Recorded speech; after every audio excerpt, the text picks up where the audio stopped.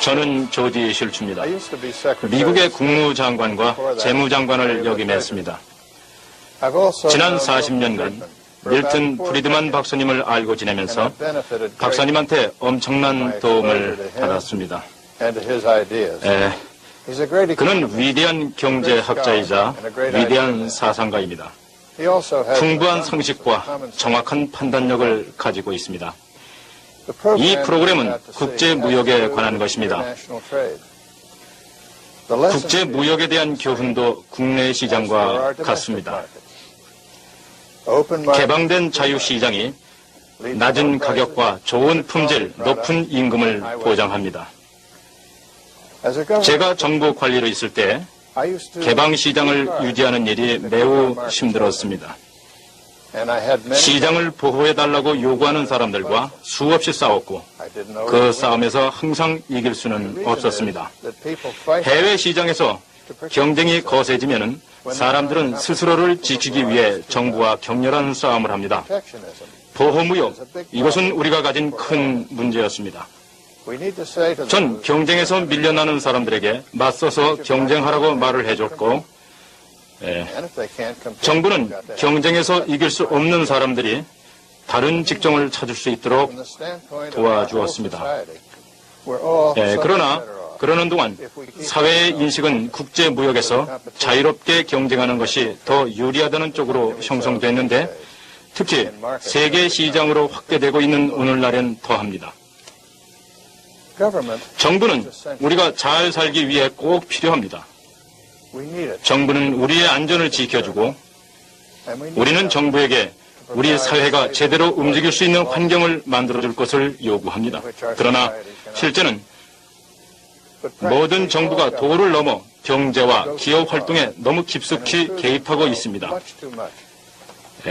이런 양상은 뿌리칠 수 없는 유혹 때문입니다. 우리가 지불한 세금만큼의 정보를 가질 수 없다는 것을 고마워해야 한다는 유명한 코미디언 윌 로저스의 말이 기억납니다. 하지만 더 작은 정보를 갖고 더 적게 지불할 수 있다면 더 좋은 일이죠.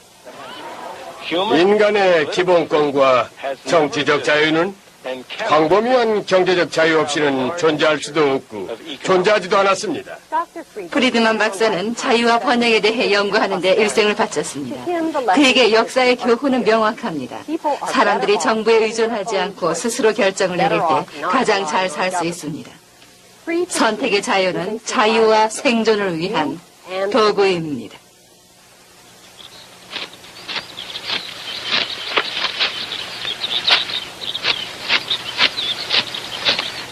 수확의 계절입니다. 일본의 농부들은 교토의 곡물 시장에 내다 팔기 위해 쌀을 수확하고 있습니다. 당연히 농부들은 높은 가격을 받으려고 할 것이고 상인들은 가능한 한 싼 가격에 구매하려고 할 것입니다. 이것이 시장이 움직이는 원리입니다. 스코틀랜드인 아담 스미스는 200년 전 이러한 사실을 관찰하여 경제학을 현대적 사회과학으로 만들었습니다. 대부분의 사람들은 항상 그들이 원하는 물건을 가장 싸게 파는 사람에게서 산다는 사실을 발견했습니다. 이 명제는 너무나 명백해서 이것을 증명하려는 노력은 오히려 우스운 일입니다.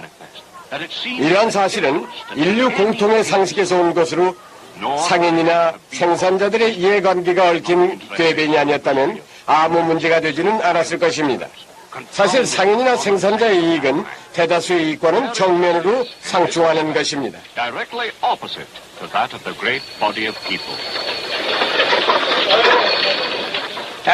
아담 스미스의 천재성은 어떻게 물건의 가격, 노동에 대한 임금, 수송비용 등의 가격이 시장에서 형성되고 어떻게 누가 시키지 않아도 수백만의 서로 독립적이고 서로 알지 못하는 사람들이 협동하고 있는가를 볼 수 있었던 것에서 나타납니다.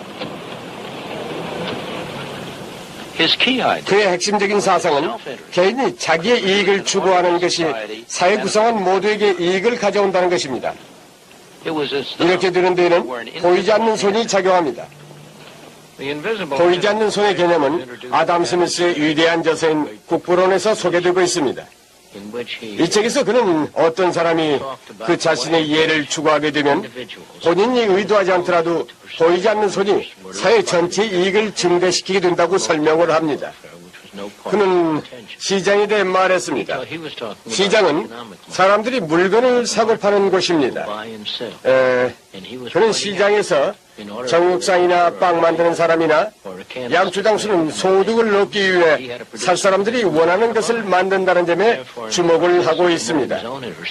그 결과 상인은 그 자신이 이익을 추구하는 과정에서 결과적으로 소비자의 이익을 위해 일하고 있는 것입니다. 아담 스미스가 국부론을 저술할 당시의 영국은 아직 평온한 농업국가였습니다. 그러나 산업혁명이 막 시작되고 있었고 국민들의 생활 수준은 높아지기 시작했습니다. 한 가지 장애는 아직 다른 나라와의 무역은 엄격하게 통제되고 있다는 점이었습니다. 국내 시장의 상인들은 상권을 지키기 위해 정부를 설득하여 모든 수입물품에 대해 높은 관세와 세금을 부과하도록 했습니다. 그 결과의 하나로 영국은 법을 어기는 밀수꾼들의 천국이 되었습니다. 브랜디, 포도주, 담배 등 무거운 관세가 붙는 모든 물건들은 밀수되어 영국으로 들어왔습니다. 세무당국은 영국의 해안과 후미진만을 일일이 감시했지만 별 성과가 없었습니다. 1846년 수년간의 논의와 개선 끝에 영국 외의 아담 스미스 주종자들은 영국으로 수입되어 들어오는 모든 물건에 대한 관세를 철폐했습니다. 영국은 완전한 자유무역 국가가 되었고 영국 국민의 생활 수준은 더 한층 높아졌습니다. 영국 전체가 자신의 이익을 추구하는 거대한 힘을 발휘한 결과 의도하지는 않았지만 수백만의 세계 다른 나라 사람들에게 혜택을 줄 수 있었습니다. 발전의 증거는 1851년 크리스탈 궁전에서 개최된 만국 박람회에서 자랑스럽게 드러났습니다.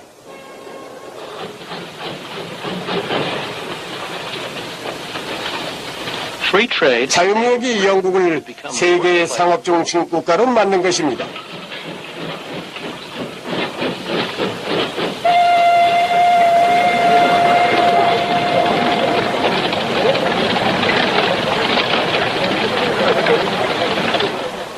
우연일까요?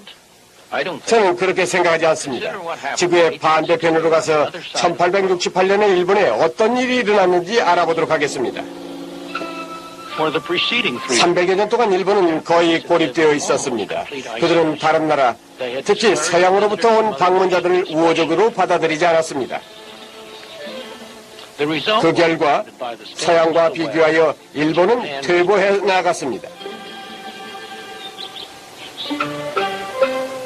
일본은 영주와 농노로 묶여진 봉건사였으며 누구도 이러한 질서를 바꾸려 하지 않았습니다.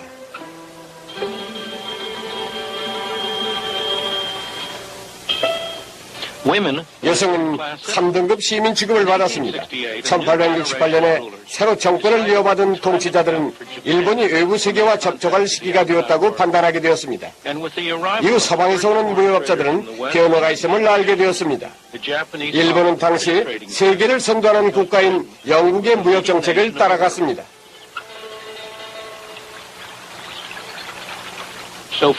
자유무역을 채택하게 된 것입니다.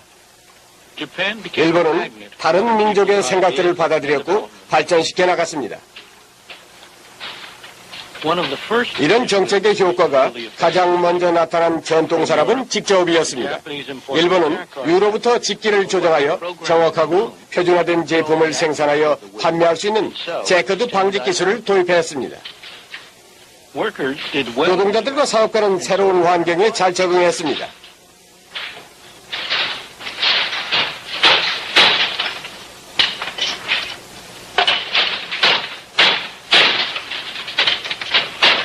대량 생산 기술의 적용은 노동자들을 전통 산업에서 새로운 산업으로 옮겨갈 수 있도록 해주었고 무역 경기는 더욱 상승했습니다.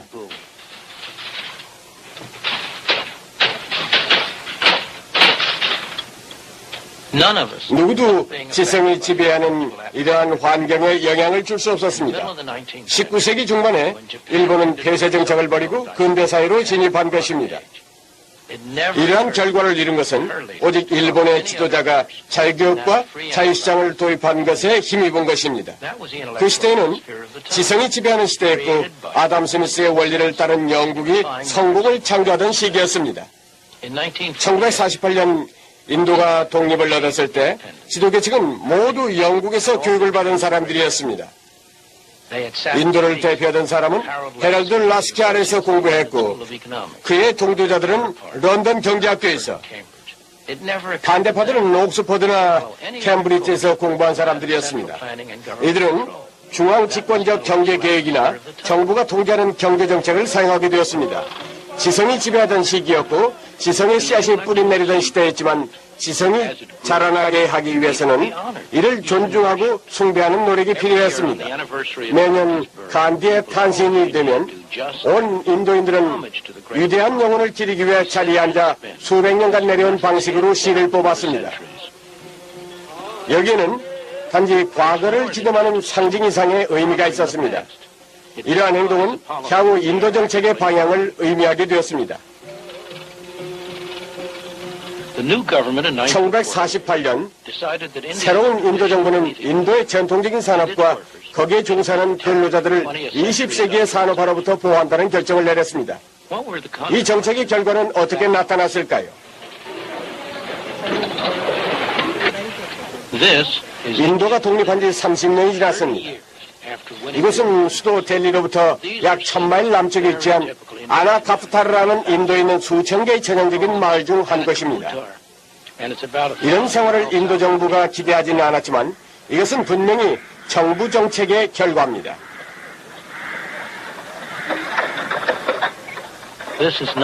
마을에서 전통직기로 직조하는 면제품에 정부가 보조금을 주게 되자 근대적 직조공업의 발전은 어려워졌습니다.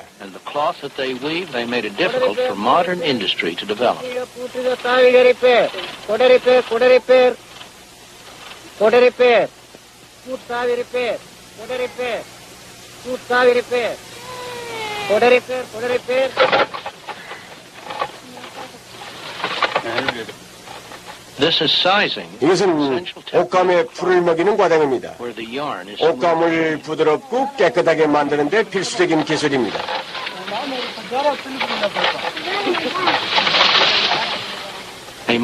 현대적인 기기는 이 일을 이보다 100배는 더 빠르게 할 수 있습니다.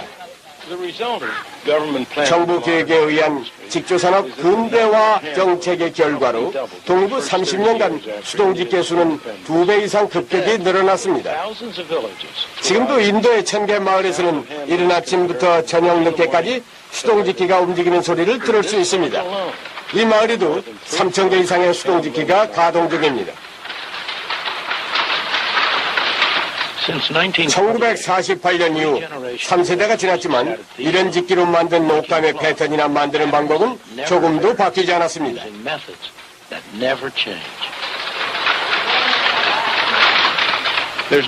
이러한 행동에 잘못된 점은 없습니다.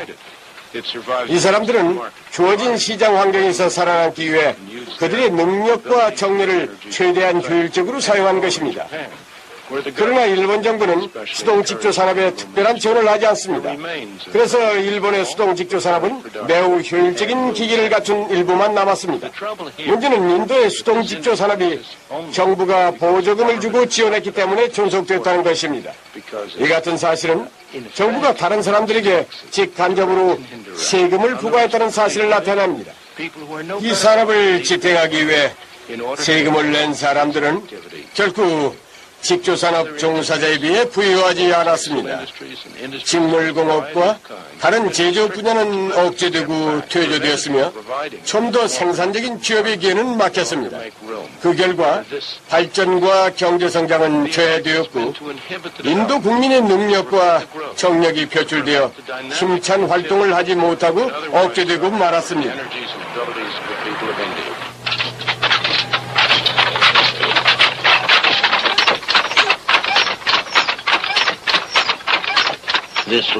이것은 공장으로 보이지만 집에서 일하고 있는 모습입니다. 사람들은 수동직기 앞에서 일하지 않을 때면 오두막한 귀퉁이에서 먹고 자고 합니다.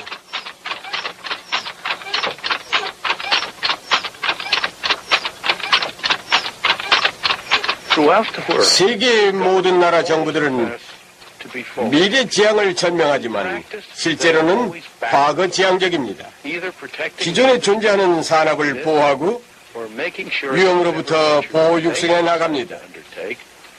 그렇지만 이러한 정책은 시장이 자유롭다면 일어날 수 있는 새롭고 힘차고 적응력 있는 산업을 희생시킵니다. 자유롭게 움직이는 시장은 성공할 수 있는 산업과 성공할 수 없는 산업을 시장 기능 안에서 쉽게 구분해 줍니다.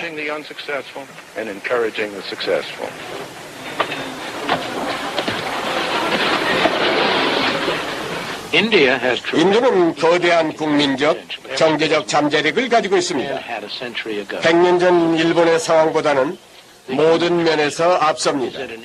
인도의 비극은 스스로 현명하다고 생각하고 있는 가부장적인 정부가 인도 국민의 잠재력을 질식시키고 있는 점입니다. 중앙 집권적 계획 정계가 인도 국민을 가난하고 비참하게 살도록 운명지어 놓았습니다.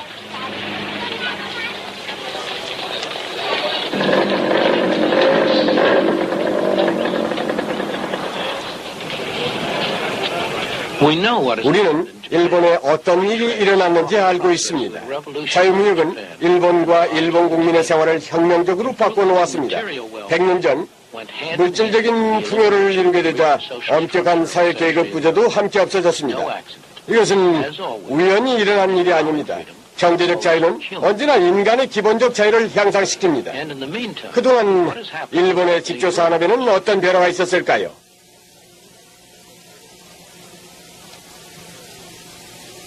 이곳은 오늘날의 일본 직물 공장입니다. 옷감의 디자인이 드럼에 정착되고 있으며 전자눈을 통해 세밀히 감시되고 있습니다. 색상과 디자인은 컴퓨터에 의해 정확히 옮겨집니다.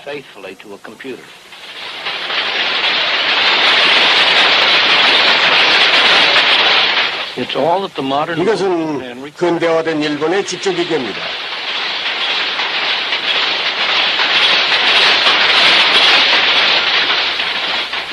이것은 전제 장비에 의해 조정되며 세계에서 가장 정교하게 만들어졌고 가장 우수한 견직물을 생산합니다.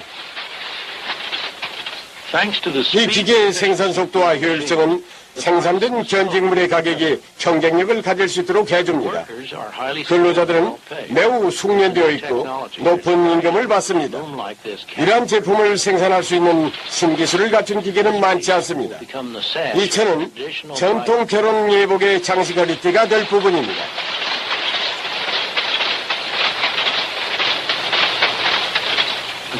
기계로 생산되고 있지만 이 제품은 최상품의 수제품과 구별할 수 없을 정도로 매우 아름답습니다. 단지 아름다운 제품을 생산하게 되었다는 그 자체의 의미를 넘어 정교한 기술의 발전은 다른 모든 산업 과정에도 적용되어 있습니다. 자유시장은 전통 산업의 모든 줄기를 스스로 발전하도록 만들었습니다. 100년 전 일본이 자유무역으로 전환했을 때 도입한 새로운 직기로부터 말입니다.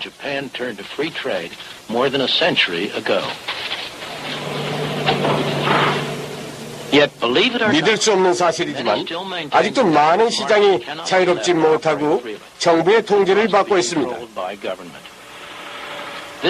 이것은 스코틀랜드의 한 조선소입니다. 영국의 사회주의 노선의 정부는 조선 산업의 근로자들을 경쟁으로부터 보호하기로 결정했습니다. 여기는 폴란드 정부에서 수주한 선박을 건조하고 있는 가분 조선소입니다. 주문을 따내기 위해 영국 정부는 납세자들의 세금으로 여기에 보조금을 지급했습니다. 다른 말로 하면 영국 국민이 손해를 보면서 배를 만들어 폴란드에 넘기는 것입니다. 폴란드뿐만 아니라 미국도 이런 박애주의의 혜택을 받고 있습니다. 미국의 철강 회사에서 생산되는 제품은 아주 우수합니다. 그러나 다른 나라의 제품도 마찬가지며 미국보다 저렴합니다. 그 이유는 상당수의 나라에서 철강 산업에 보조금을 지급하고 있기 때문입니다. 미국의 철강 산업 경영자들은 우리에게 시장에서 가장 싼 제품을 사는 것이 결코 우리 자신의 이익이 되지 않는다고 주장하고 있습니다. 그들은 정부에 이 일을 막아달라고 요구합니다. 그렇지만 그들은 이러한 주장이 가져올 위협을 인식해야 합니다. 불공정 경쟁에 대해 정부의 지원을 요청하는 것은 자칫하면 양쪽을 함께 상하게 만들 수도 있는 양날 가진 칼을 바라는 것일 수도 있기 때문에 매우 조심스럽습니다. 하지만 우리 정부에 다른 나라처럼 직접적인 재정적 지원을 해주기를 바라고 있는 것은 아닙니다. 다른 나라에서는 정부가 철강 산업을 직접 경영하거나 대출 또는 보조금 형태를 취하여 직접적인 재정 지원을 하고 있습니다. 우리가 미국 정부에 바라는 것은 불공정 경쟁에 대해 보다 엄격하도록 법률을 강화시켜달라는 것입니다. 우리 요구는 예를 들면 철강 산업에 수억 달러의 지원을 해준 프랑스 정부의 조치나 올해에도 세 차례에 걸쳐 10억 달러의 지원을 받은 영국의 철강 산업이 요구하는 것과는 다릅니다. 우리는 전통적으로 자유경쟁 체제를 신봉하고 있기 때문에 정부에게 개입해달라고 요청하는 것이 쉽지는 않습니다. 하지만 우리의 유일한 요청은 의회에서 이런 법령들이 통과될 수 있도록 정부가 힘써줬으면 하는 것입니다. 누가 불공정 경쟁에 대해 호소하면 소비자들은 주의를 기울이십시오. 이 소리는 항상 소비자를 희생시켜 자신의 특권을 누리려는 자들의 재미입니다. 지금 우리나라에 필요한 것은 자유경쟁입니다. 소비자들에게는 국제시장이 불공정하면 할수록 더욱 유리합니다. 낮은 가격에 더 좋은 제품을 살 수 있다는 것입니다. 외국 정부가 그들의 납세자들에게 거둔 세금을 사용하여 미국 국민에게 낮은 가격의 제품을 판매하려는데 왜 우리가 항의해야 합니까? 항의는 그 나라의 납세자들이 충분히 할 것이고 이러한 수출 행위는 오래 지속될 수 없습니다. 역사는 자유시장에서 경쟁하고 있는 산업을 정부가 보호하려 했을 때 어떤 일이 생기는지에 대해 많은 증거들을 보여줍니다.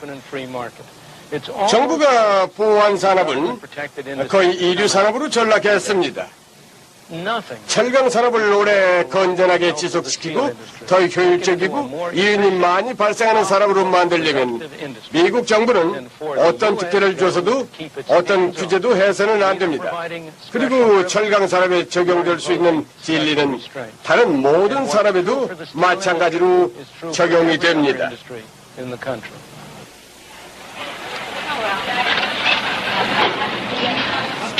이 여성 근로자들은 한 번도 정부의 보호를 요청하지 않은 산업인 반도체 산업에 종사하고 있습니다. 이 원판의 하나하나의 사각형들은 고밀도로 집적된 회로를 담고 있습니다.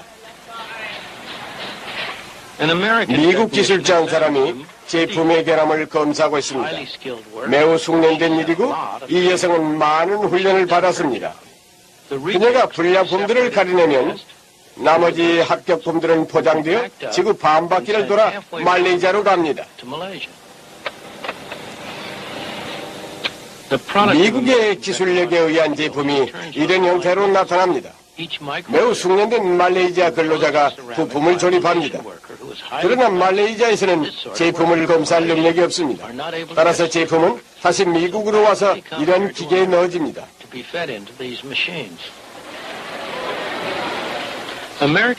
미국 기술자들은 이런 복잡한 기계를 만들 기술력이 있습니다.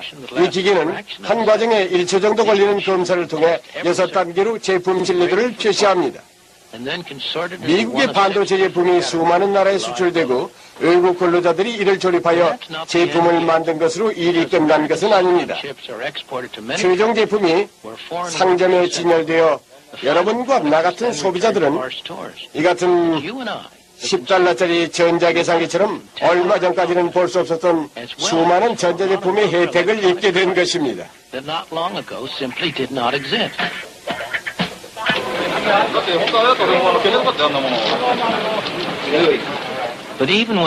이같이 국제노동시장이 모든 사람에게 혜택을 준다는 사실에도 불구하고 이를 반대하는 논의는 계속되고 있습니다.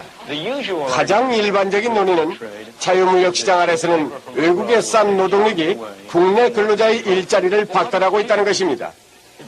하지만 무엇이 싸다는 것입니까? 일본의 근로자들은 엔화로, 미국의 근로자들은 달러로 임금을 받습니다.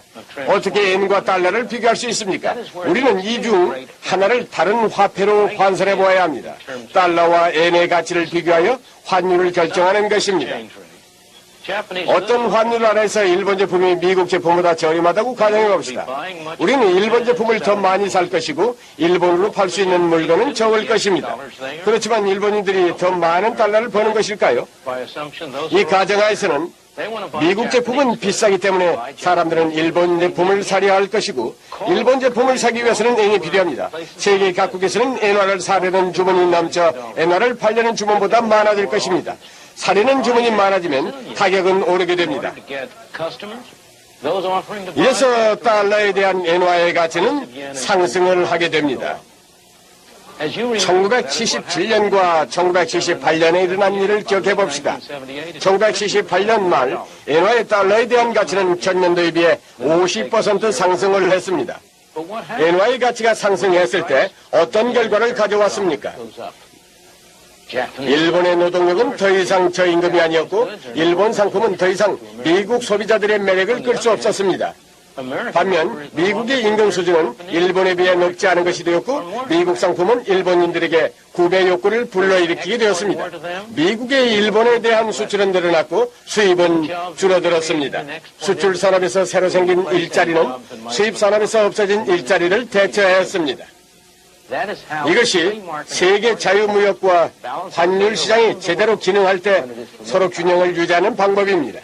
여러분이 이러한 사실을 잘 생각해보면 자유시장에 개입하려는 정부의 권력을 헌법적으로 억제하려는 것이 필요하다는 제 생각에 동의를 할 것입니다.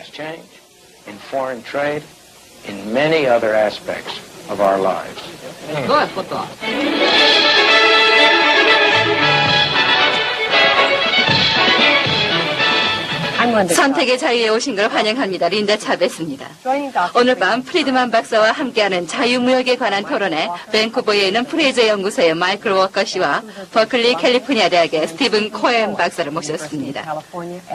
코엔 박사님, 프리드만 박사님 의견에 동의하십니까? 정부는 손을 떼고 아담 스미스의 보이지 않는 손이 움직이도록 허용해야 할까요? 그 질문은 올바르지도 않고 답변도 불가능한 질문입니다. 우리는 지난 수백 년 동안 경제에서 정부의 역할을 폐지하려고 노력해왔습니다. 우리가요? 예, 확실히 그랬다고 생각합니다. 지난 10년간은 오랫동안 정부가 경제에 개입한 많은 분야에서 정부의 역할을 없애려는 놀라운 시도가 있었습니다. 하지만 그 결과 우리는 더 많은 통제 조치를 가지게 됐습니다. 이것은 실로 놀라운 일이 알렉산더 해밀턴은 그의 제조업에 관한 논문에서 알고 있습니다. 정부의 경제 간섭에 대한 선을 밝혔습니다. 그때 그 이후 19세기에 철강 산업이 초기 산업이라는 이유로 철강 산업에 대한 관세가 전부가 되었습니다. 하지만 관세는 아직도 존재합니다. 하지만 사실 박사님은 더 많은 통제가 남아있다는 말씀이신가요? 물론 아닙니다. 제가 말씀드리려는 것은 우리가 싸우는 상대를 이기기는 불가능하다는 것입니다. 우린 지금 정부는 경제에 개입해서는 안 된다는 이데올로기와 미국의 장래는 우리가 결정할 수 있다는 점에 대해 이야기하고 있습니다. 미국의 가장 강력한 경쟁자인 일본의 경우를 예를 들어보겠습니다. 솔직히 말해서 두세 대 전까지만 해도 일본은 아무것도 아니었지만 이젠 우리보다 소득 수준이 더 높습니다. 그들은 아주 활동적인 정부의 개입 아래 매우 훌륭한 제품들을 생산하고 있습니다. 아마 그들이 잘못하고 있는 것이 아니라면 그들의 방식은 옳습니다. 프리드만 박사님은 정부가 개입하지 않았으면 그들이 더 잘했을 것이라고 말씀하시지만 사실은 정부가 개입하지 못하도록 하는 것은 운동화와 티셔츠만 입고 풋볼을 하는 것과 같습니다. 다른 팀 선수들은 아주 단단한 헬멧을 쓰고 나오는데 말입니다. 우리는 이길 수가 무역 경쟁에서 누군가는 이기고 누군가는 진다는 당신의 해석에는 근본적인 문제가 있습니다. 무역 시장은 모두 다 이기는 것이며 일본이 미국과 경쟁하여 이겼다는 그런 생각은 넌센스입니다. 미국 도로를 달리고 있는 일본 자동차를 보십시오. 일본 자동차나 그 밖에 일본 제품을 쓰고 있는 미국의 소비자들은 미국 제품과 일본 제품을 비교하여 더 싸고 더 나은 제품을 선택한 경쟁의 승리자입니다. 이것을 군대나 전쟁의 개념으로 보아서는 결국 세계 다른 나라들이 모두 그렇게 하고 있거나 60, 70년대 일본인들이 포드나 폭스바겐을 선택했다면 그 말도 맞을 것입니다. 그 말은 오류입니다. 자유무역을 실현하고 있는 나라의 일반적인 개인은 다른 나라가 어떻게 하고 있든 간에 혜택을 입을 수 있습니다. 당신이 자유무역에 반대하는 입장에서 말하고자 하는 것은 소비자가 언제나 옳지만은 수입된 물건을 고르는 것은 잘못된 선택이라는 것입니다. 아니에요. 만약에 소비자가 필요에 의해서 수입품을 골랐다면은 정부는 그에게 자 봐라, 소비자는 현명하지 않은 선택을 하기 때문에 관세나 수입 물량 제한 정책으로 수입품을 선택하는 기회를 막아야 돼. 그것이 일본 자동차든 한국의 텔레비전이든 소비자는 스스로 선택할 능력이 없어서 그러면 코엔 박사님이 말하고자 하는 건 뭐죠? 난 여기에 문제가 있다고 생각합니다.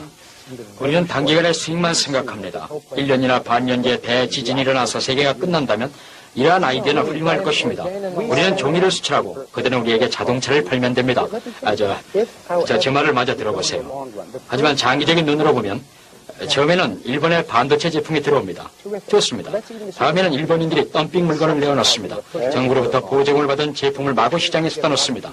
소비자라고 부르는 가상의 인물은 이익을 얻습니다. 좋습니다. 그러나 같은 인물이 생산될 수도 있습니다. 그는 소비자로부터 얻을 수 있는 이익을 상실하고 조속히 사업을 정리했습니다. 두 가지 사실이 있습니다. 상황이 바뀌어도 우리는 재빨리 반도체 사업으로 복귀할 수 없다는 것과 경쟁해야 할 시장에서 완전히 밀려났다는 것을 의미합니다. 다시 그 기술과 노하우와 규모를 회복하는데 많은 시간이 필요하다는 점에서 이 사업 분야에서 밀려난 것입니다. 우리는 패배한 것입니다. 그렇지만은 누구도 미래가 어떻게 전개될지 알 수 없습니다. 우리는 반도체 시장을 자유롭게 거의 자유시장으로 만드는 것이 우리의 산업발전 측면에서 현명한 일인지 아닌지 알 수가 없습니다. 그러나 한 발 물러서서 상황을 살펴보면은 일본이 반도체 산업에 보조금을 주어서 미국으로 수출하는 것이 미국의 산업 기반을 없애 미래의 시장을 확보하기 위해 투자하는 것이라고 분명히 말하지만은 실제로 그들이 투자하는 곳은 어디입니까? 장기적인 안목에서 이익을 보는 쪽은 어디입니까? 일본은 미국에 투자하고 있는 것입니다. 예를 들어서 코엔 박사가 말씀하신 가전시장에서 일본은 누구나 VCR을 만들 수 있다는 사실을 알고 있기 때문에 미국에 투자를 하는 것입니다. 그렇지만 VCR은 잘 발달된 서비스 산업, 예를 들어서 VCR에 넣을 수 있는 소프트웨어 산업이 필요합니다. 그래서 그들에게 잠깐요. 일본에는 우리가 VCR을 만들 수 없습니다. 미국계 VCR은 아무데도 없습니다. 저도 압니다. 하지만 그게 무슨 상관입니까? 소니사는 지금 MGM을 인수하고 있습니다. 소니가 MGM을 인수하는 것은 VCR이 단지 기계가 아니라는 것을 알고 있기 때문입니다.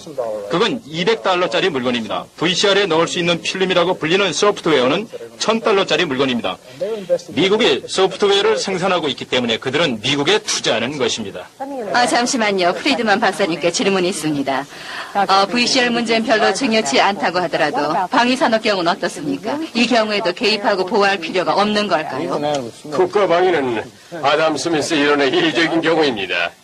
어떤 원칙에 한 가지 예의가 있으면 한 가지 핑계가 있다고 생각합니다. 내가 들은 바 자유무역의 전체적인 문제에 대해 가장 유명한 말은 유명한 경제학자인 콜린 클라크의 말로서 코엔 박사도 말씀하셨지만은 사람들은 자유무역이 이론은 그럴듯하지만 실제로는 이론대로 되지 않는다고 말합니다. 하지만 그는 사람들의 말은 틀렸다. 사실은 정반대이다라고 했습니다. 갓 졸업한 학생들도 대서까지의 특별관세 예를 들 수 있습니다. 코엔 박사가 언급했던 초기 산업 보호론으로 돌아가 보면은 이러한 이론은 실제 있어서는 전혀 제 역할을 하지 못합니다. 실제로는 잘못된 관세가 잘못된 곳에 잘못된 방법으로 부과되었습니다. 일본의 경우도 마찬가지입니다. 다들 일본의 대단한 성공에 대해 말합니다. 비록 가상의 환율 때문이긴 하지만은 일본인들의 임금이 미국에 비해서 높다고 생각한다면 코엔 씨에게 일본의 평균적인 시민들에 대해 묻고 싶습니다. 일본의 생활 수준이 미국보다 높다고 생각하는 일본인은 아무도 없다는 사실입니다. 왜 그렇습니까? 그 이유는 일본의 토지와 쌀 시장을 보호하려는 산업 보호 정책 때문입니다. 일본인들은 국제 시장 가격보다 6배, 7배 비싼 쌀값을 지불해야 합니다. 미국인들은 국제 시장 가격보다 2~3배 더 비싼 값의 설탕을 사야 합니다. 이러한 일로부터 미국이 얻을 수 있는 이익은 무엇입니까? 한때 우리는 국민의 활동을 집중시켜 국가 자원의 낭비를 막으려는 정책을 취한 바 있습니다. 독일이 보여준 19세기 말과 20세기 초반의 놀라운 산업화 과정은 특급 열차에 비교할 수 있습니다. 하지만 독일의 산업화를 지배한 사상은 자유무역이 아니었습니다. 영국의 경우 예를 들어보면은 제 말씀을 들어보세요.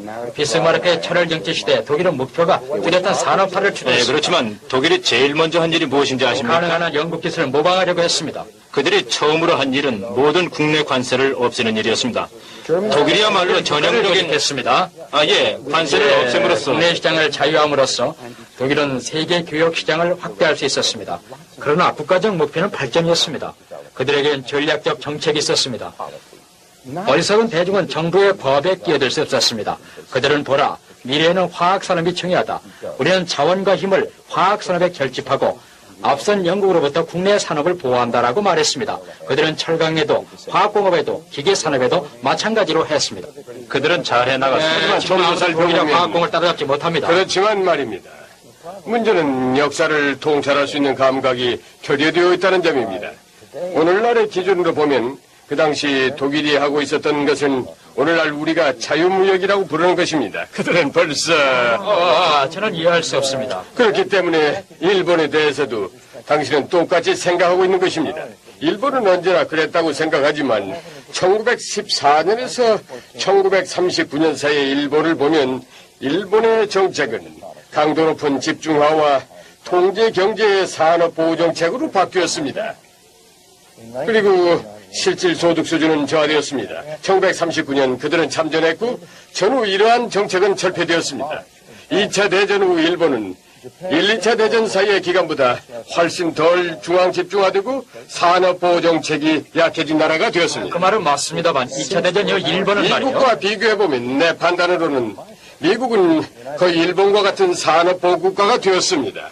저도 미국이 백설공주 같다는 얘기는 아닙니다. 우리는 많은 산업보호 정책을 갖고 있고 이 중에는 어리석은 정책도 있습니다. 우리의 보호 정책은 어리석지 않은 보호 정책도 있습니까? 2005 일본에서는 자동차 산업을 중시하고 국민 모두가 그 중요성을 이해했기 때문에 견실하게 성장시킬 수가 있었습니다. 무엇이 전략적이었다는 말씀입니까?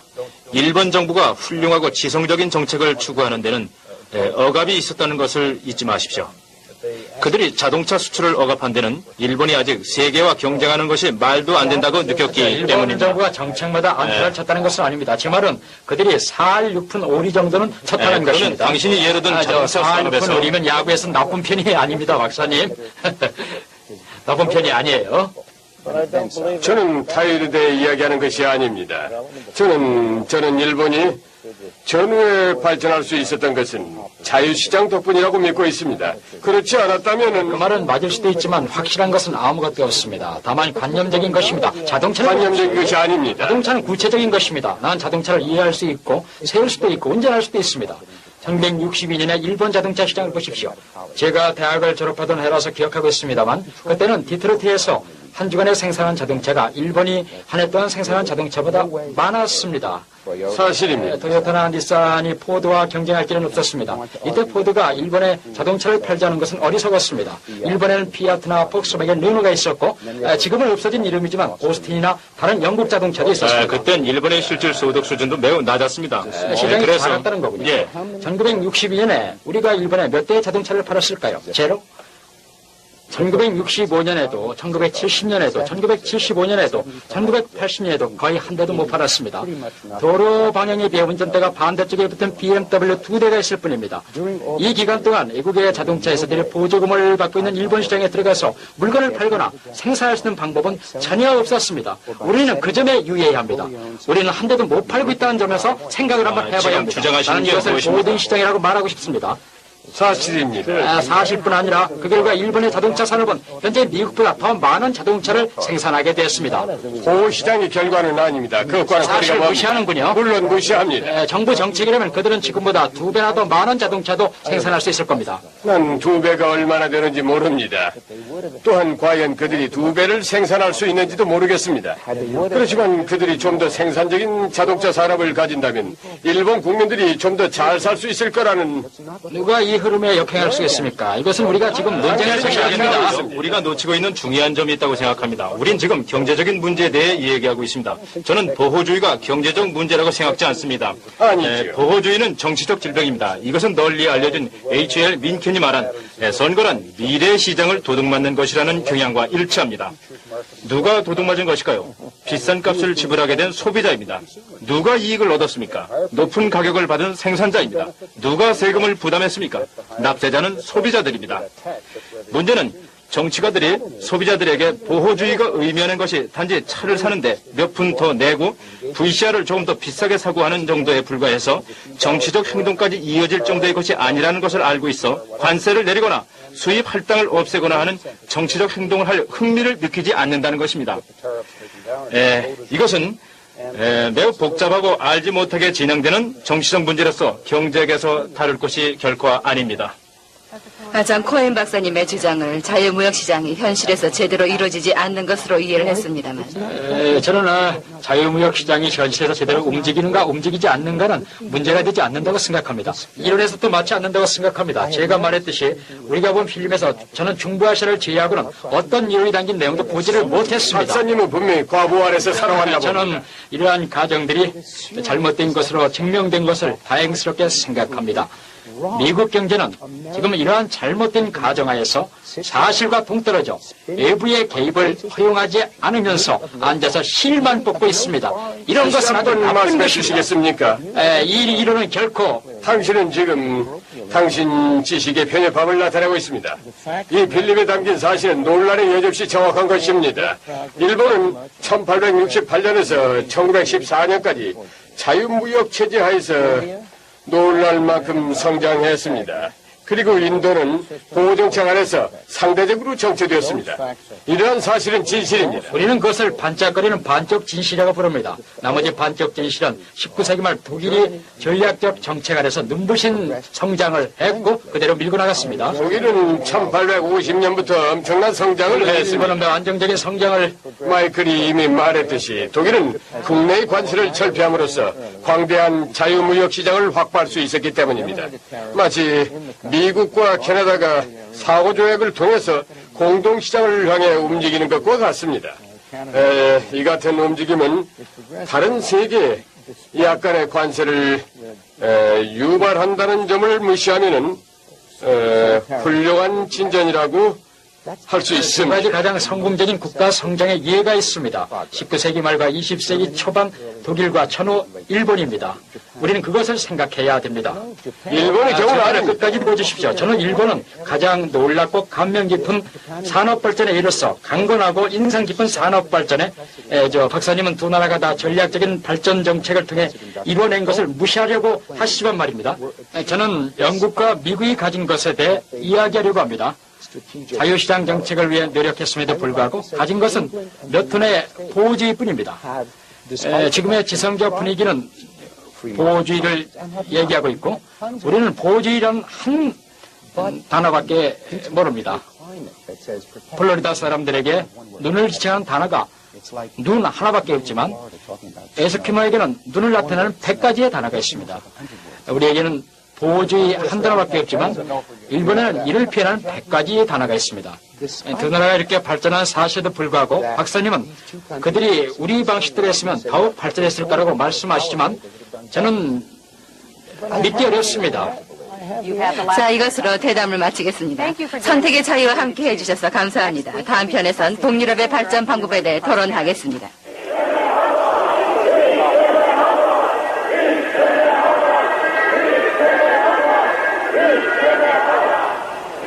여기가 바로 그 장소입니다. 사흘 만에 그들은 정치적 자유를 얻었습니다. 희망은 높았습니다. 그들은 경제 기적도 곧 이룰 수 있으라고 생각했지만 한 해 뒤인 지금 아무 일도 일어나지 않았습니다.